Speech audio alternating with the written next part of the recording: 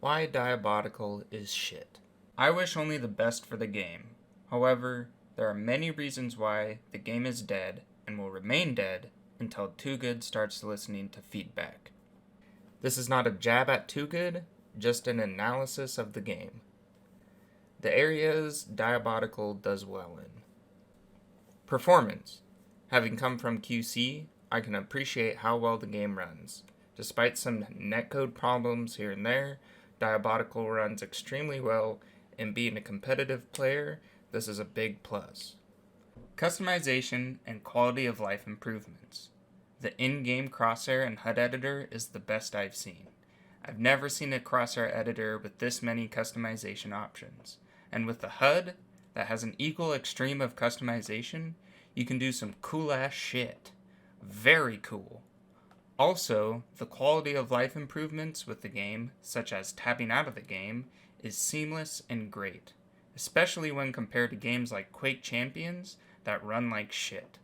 Map Editor. Although I haven't made any maps myself yet, I do appreciate the ease of access and depth it has. Although a huge flaw is how you cannot play on custom maps with your friends.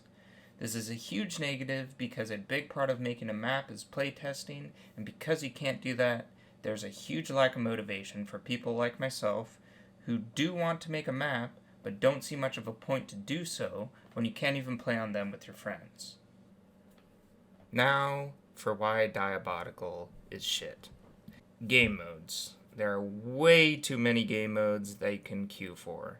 You got Free For All, Instagib, Weibo Instagib, 1v1 Aim Arena, 2v2 Aim Arena, Rocket Arena, Shaft Arena, 3v3 MacGuffin, 3v3 Extinction, 4v4 MacGuffin, 4v4 Wipeout, and Duel as it stands right now. What's even more fucked about the queues is how there is no prerequisite for playing ranked, meaning someone who just downloaded the game can immediately play ranked. Outside of the obvious, a problem with this is how there was 80 placement matches in ranked between all of the game modes, so it took a while for players to be placed in a rank.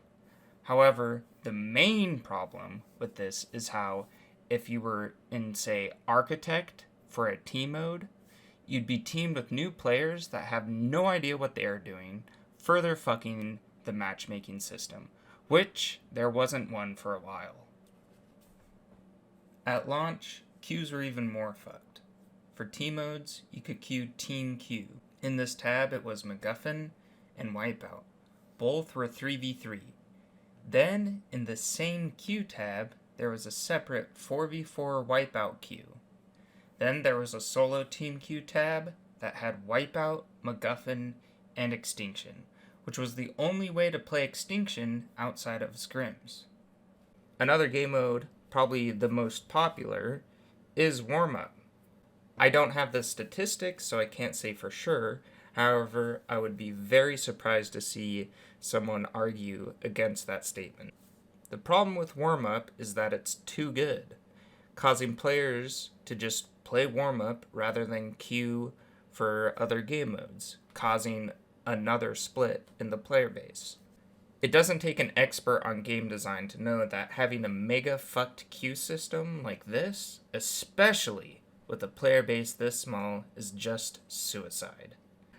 In my opinion, I think they should have 2 team game modes that are tied to maps, like how it is in Overwatch. This way, you could have that variety of game modes while not splitting the player base. So for the queues, my suggestion would be for ranked, have 2 queues, Team Q and Duel. For quick play, have only Team Q, just like how it is in ranked, but casual. Then have an arcade tab that has 1v1 and 2v2 Aim Arena always there with a daily rotating mode. A feature that they have neglected to fully utilize is the custom lobby tab for niche game modes. The competitive game modes. A huge problem with Extinction is the spawns, and how out of control this crucial aspect of the game mode is. Because each player only has 3 lives, it is a big deal to lose just one of them to some shitty spawn. Another thing that is so shit about having such weight on the spawns is at the beginning of the round how one team gets both major items. This basically means that the team who got shitty spawns at the beginning of the round, something completely out of your control, are fucked and lose the round. To add insult to injury, you're mega fucked because power-ups spawn at minute 1. And because the enemy team who got the better spawns has control, chances are they're going to get the power-up. And if you try to contest because you only have a very limited number of lives, you would be severely punished and just throwing the round. Another fundamental flaw with the game mode is how strong Cess is. Because it doesn't matter at all if a ghost dies, by having one ghost constantly cess into the real players and deal damage, even if it's just a little, while stealing things like health pickups and armors, things that are impossible to completely avoid as the real players, it disregards strategy and becomes which team's ghost has the better cess. The game mode is boring and lacks depth. The strategy that is involved outside of hiding, like pushing a room as a team, target focusing, map control, etc., are all basic, although fundamental, practices that are used in any other team mode. A major part of Wipeout that is needed more often than not is to hide. In my opinion, and I think the majority's, this is not fun nor interesting. The aspects that are unique to Wipeout I find to be, again, boring and lack depth. The only depth the healing weeble has is knowing when to double your heals and where to safely put them. The other unique aspect of Wipeout is the respawn timer. How it increases with each death elongates the gameplay and further rewards hiding and running. Yes, you can strategize with your team when, after losing a fight, to spawn then aggress immediately to wipe the enemy team in one fight. However, a hard counter to this strategy is for the enemy team to simply just split. There really isn't much outside of running and hiding to the respawn system and how it plays. I definitely think this is the best game mode, but still has a lot of room for improvement, primarily with maps. I think that the overall pacing of MacGuffin is too fast.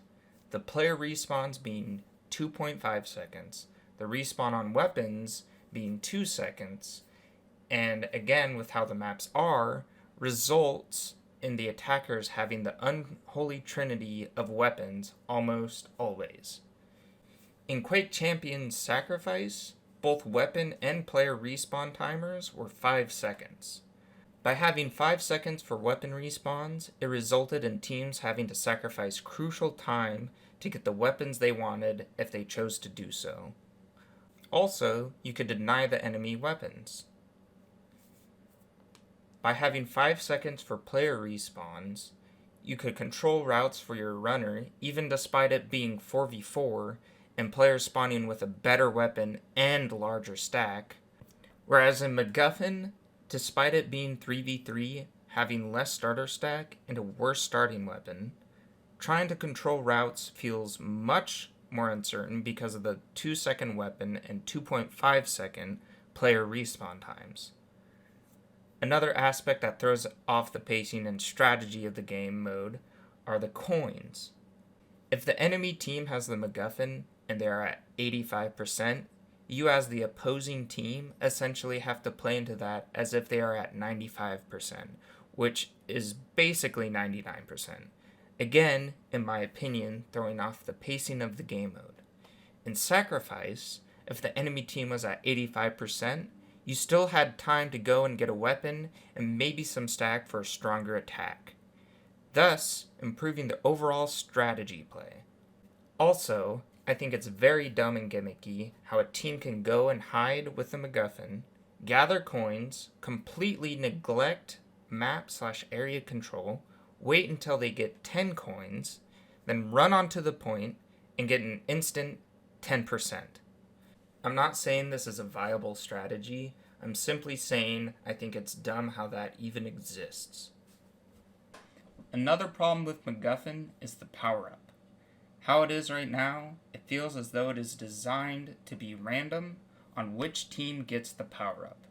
It does 3 times damage as opposed to 4 times, so it does take longer to kill the rushing enemies. Player respawns are 2.5 seconds, and because the Vindicator spawns in the middle of the map, no matter where the enemy spawns, and because of how fast the movement is, the enemy can rush to the middle of the map really quickly, and because of how the maps are designed, they can pick up a weapon along their way. Gameplay. Diabotical's fundamental gameplay is imbalanced. Pincer does 100 damage and spawns with 10 shots, 50 for each life in Wipeout. Yes, it scales up from 70 in increments of 5 up to 100, but getting 100 damage rail happens all the time in team modes. Despite the numbers being ludicrous for the Pincer, the maps are the worst part of the Pincer. The Wipeout map Furnace is just one big sightline. It is next to impossible to escape the Pincer on that map. And when the enemy team spawns with 50 ammo for each life, everyone can rail all the time, and because how good the Pincer is, people can get away with only railing and still having a major impact on the game. Shaft does not work. It has next to no knockback, and because of this, people can rush you down with rockets, and in game modes like Wipeout, where there's no self-damage, it is a viable strat to RJ at people who are trying to shaft you. I would not mind the Shaft's DPS taking a nerf so that it could have more knockback, so that it can do its job in denying rushdowns, or taking out all ground knockback but increasing its DPS. Rockets are really good because of the lack of shaft. Close-range rocket fights feel random because of the boops, resulting in frustrating gameplay. In Extinction, rocket rushdown cess as a ghost is way too strong, and frustrating when a ghost just rushes you down and hits a couple miracle rockets before dying when that shouldn't be a thing in the first place, if Shaft did its defensive job of being able to deny rushdowns. Grenade physics are random and way too bouncy, on top of having a massive hitbox, resulting in just bullshit. Grenades don't serve the purpose of area denial well at all because of how bouncy they are, causing for the nades to go where you don't want them to go most of the time. Also, grenade knockback is absurd for no reason. For example, you can get hit by a random grenade from nowhere, get knocked up into the air, then railed a couple times on top of getting directed from the nade. Random nonsense like this, involving grenades, happens more than you would think. The Eggbot model is deceiving for it does not properly portray the hitbox. The arms do not have hitboxes, and the bottom half of the hitbox is just airspace, causing you to not hit shots with Pincer that look like they hit in awkward fights with rockets because the legs aren't touching the ground. Another thing that is distracting when shooting at the Eggbot models is the shield effect, and how it can also potentially heavily contrast with the enemy Eggbot color you're using, causing even more distraction.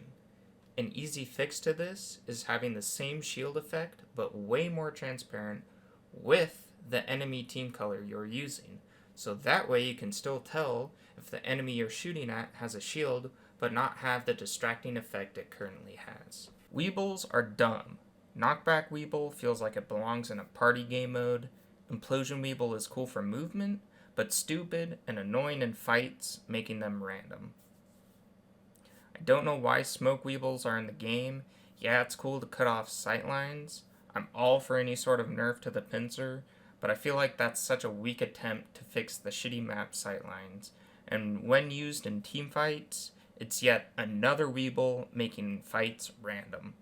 The only Weeble that is fine in combat is the slow Weeble, but even then, it is annoying when someone slows you out of nowhere because there's no way of telling which enemy has which Weeble at the beginning of each round in Wipeout. The dash mechanic and how its cooldown is reset after taking any point of damage, in my opinion, is counterintuitive. The game mode that you realize this the most in is MacGuffin.